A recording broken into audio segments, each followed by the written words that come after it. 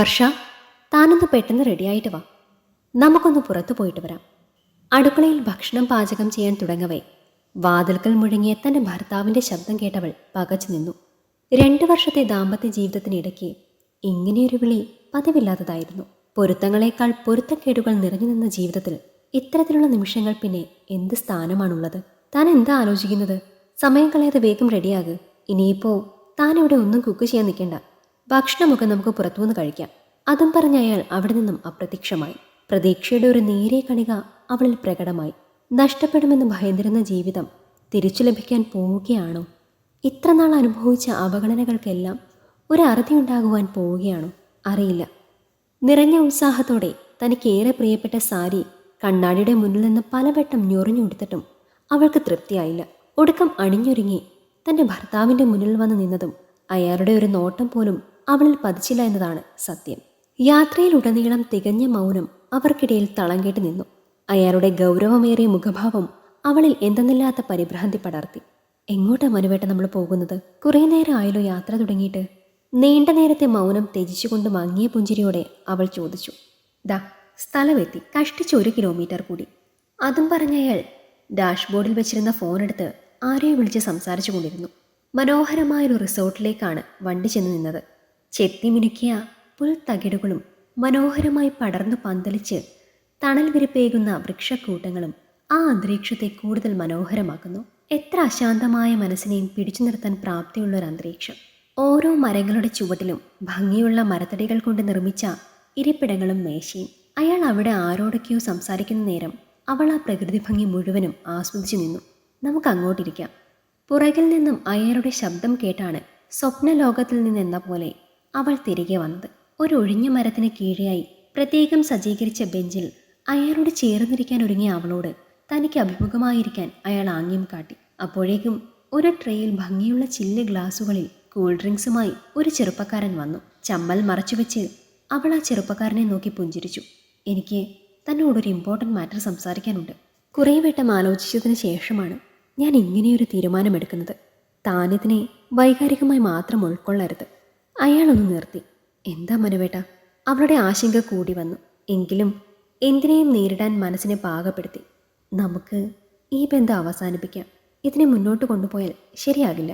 ഒരു മുഖവുരയും കൂടാതെ അയാൾ പറഞ്ഞു. 2 വർഷമായി നമ്മുടെ വിവാഹം കഴിഞ്ഞിട്ട് ഇന്നേ വരെ താനുമായി പൊരുത്തപ്പെട്ട് ജീവിക്കാൻ എനിക്ക് സാധിച്ചിട്ടില്ല. ഞാൻ ആഗ്രഹിച്ച തരത്തിലുള്ള ഭാര്യയല്ല താൻ. പലതും എനിക്ക് ഉൾക്കൊള്ളാൻ പ്രയാസവുമുണ്ട്. മാത്രമല്ല, ഞാൻ മറ്റൊരാളുമായി പ്രണയത്തിലാണ്. ശാരീരികവും മാനസികവുമായി ഞങ്ങൾ ഏറെ അടുത്തു കഴിഞ്ഞു. തൻ്റെ കൂടെ ജീവിച്ചാലും ഒരു ഭാര്യയായി തന്നെ അംഗീകരിക്കാൻ എനിക്ക് ബുദ്ധിമുട്ടുണ്ട്. വെറുതെ എന്തിനാണ് 2 പേരുടെയും ഇനിയുള്ള ജീവിതം നശിപ്പിക്കുന്നത്? പറഞ്ഞത് തനിക്ക് മനസ്സിലായെന്ന് കരുതുന്നു. ഒരു പൊട്ടിക്കരച്ചിലാണ് അയാൾ പ്രതീക്ഷിച്ചതെങ്കിലും അവളൊന്നും മിണ്ടിയില്ല. കുറച്ച് സമയത്തേക്ക് മൗനമായ അയാളുടെ മുഖത്തേക്ക് തന്നെ നോക്കിയിരുന്നു. താനെന്താ ഒന്നും പറയാത്തത്? എനിക്കറിയാം തനിക്കിത് ഉൾക്കൊള്ളാൻ പ്രയാസമാകുമെന്ന്. എന്തിന് ഞാൻ പ്രയാസപ്പെടണം മനുവേട്ടാ? സോറി മിസ്റ്റർ മനോജ് സുധാകരൻ, നിങ്ങൾ നിങ്ങളുടെ തീരുമാനം വ്യക്തമാക്കി. ഇനി ഞാൻ എൻ്റെ തീരുമാനവും വ്യക്തമാക്കണ്ടേ? അവരുടെ ആ മറുപടി അയാൾ തീരെ പ്രതീക്ഷിച്ചില്ല എന്നതിന് തെളിവായിരുന്നു ഞെട്ടലോടെയുള്ള അയാളുടെ നോട്ടം. സങ്കടമില്ലെന്നൊന്നും ഞാൻ പറയുന്നില്ല, കാരണം എനിക്ക് നിങ്ങളെ വിശ്വാസമായിരുന്നു. പക്ഷെ അർഹിക്കാത്ത ഒരാൾക്ക് വേണ്ടി കളയാനുള്ളതല്ല ഇനി എൻ്റെ ജീവിതം. എനിക്കും നിങ്ങൾ യോജിച്ച ഒരാളല്ല, അത് ഞാൻ ഈ നിമിഷം മനസ്സിലാക്കുന്നു. പക്ഷെ നിങ്ങൾ കൂടെയുള്ളപ്പോൾ ഒരിക്കലും ഞാൻ മറ്റൊരു വ്യക്തിയെ തേടി പോയിട്ടില്ല. അക്കാര്യത്തിൽ നിങ്ങളെക്കാൾ മാന്യത പുലർത്തിയത് ഞാൻ തന്നെ. അംഗീകരിക്കാൻ കഴിയില്ലെങ്കിൽ നിങ്ങൾക്കത് നേരത്തെ തുറന്നു പറയാമായിരുന്നു. എൻ്റെ ലൈഫിലെ 2 വർഷങ്ങളാണ് ഞാൻ നിങ്ങൾക്ക് വേണ്ടി നഷ്ടമാക്കിയത്. ഇഷ്ടമില്ലാത്തടത്ത് നിന്ന് മാന്യമായിട്ട് ബൈ പറഞ്ഞു പോകാനുള്ള മിനിമം കോമൺ സെൻസ് എനിക്കുണ്ട്. പക്ഷെ ഞാൻ ഇടയ്ക്ക് സംസാരിക്കാൻ തുടങ്ങിയ അയാളോട് വേണ്ടെന്ന് കൈകൊണ്ട് തടുത്ത് അവൾ ആംഗ്യം കാണിച്ചു. നിങ്ങൾ ഉപേക്ഷിച്ചു എന്ന് കരുതി ഞാൻ പോയി ചാകുമെന്നൊന്നും കരുതണ്ട. അത്യാവശ്യം നല്ല രീതിയിൽ വിദ്യാഭ്യാസം തന്നാണ് എൻ്റെ പാരൻസ് എന്നെ നിങ്ങൾക്ക് വിവാഹം കഴിച്ചു തന്നത്. അന്തസ്സായി ജോലി ചെയ്ത് തന്നെ ജീവിക്കും ഞാൻ. ഇത് കേൾക്കുമ്പോൾ അവർക്ക് കുറച്ച് വിഷമം ഉണ്ടാകും. പക്ഷെ ജീവിതകാലം മുഴുവൻ ഞാൻ നിങ്ങളുടെ കൂടെ ജീവിച്ചാലുള്ള ദുരവസ്ഥയേക്കാൾ എത്രയോ ഭേദമാണ് ഇതെന്ന് കരുതി അവർ സമാധാനിച്ചിരിക്കും. പിന്നെ നിങ്ങളോട് എനിക്ക് നന്ദിയുണ്ട്. 2 വർഷം മാത്രമല്ലേ എന്നെ വിഡ്ഢിയാക്കിയുള്ളൂ. പൊരുത്തക്കേടുകൾ മറച്ചുവെച്ച് വേറെ ബന്ധം തേടി പോവുകയല്ല വേണ്ടത്. അത് പരസ്പരം തുറന്ന് സംസാരിച്ച് പരിഹരിക്കാൻ ശ്രമിക്കണം. എന്നിട്ടും കഴിഞ്ഞില്ലെങ്കിൽ നല്ല മനസ്സോടെ വേർപിരിയണം. അതിനിതിനേക്കാൾ എത്രയും അന്തസ്സുണ്ട്. Anyway, good bye mister Manoj Sudhakaran. അവിടെ നിന്നും തിരിഞ്ഞു നടക്കാൻ ഒരുങ്ങിയ അവളെ അയാൾ തടഞ്ഞു. നിൽക്കടോ, ഞാൻ ഡ്രോപ്പ് ചെയ്യാം. താൻ എന്നോട് ശത്രുത കാണിക്കരുത്. എനിക്ക് ഓർക്കാൻ പോലും ഇഷ്ടമില്ലാത്ത ആളോട് ഞാനിനി ശത്രുത വെക്കേണ്ട കാര്യമില്ല.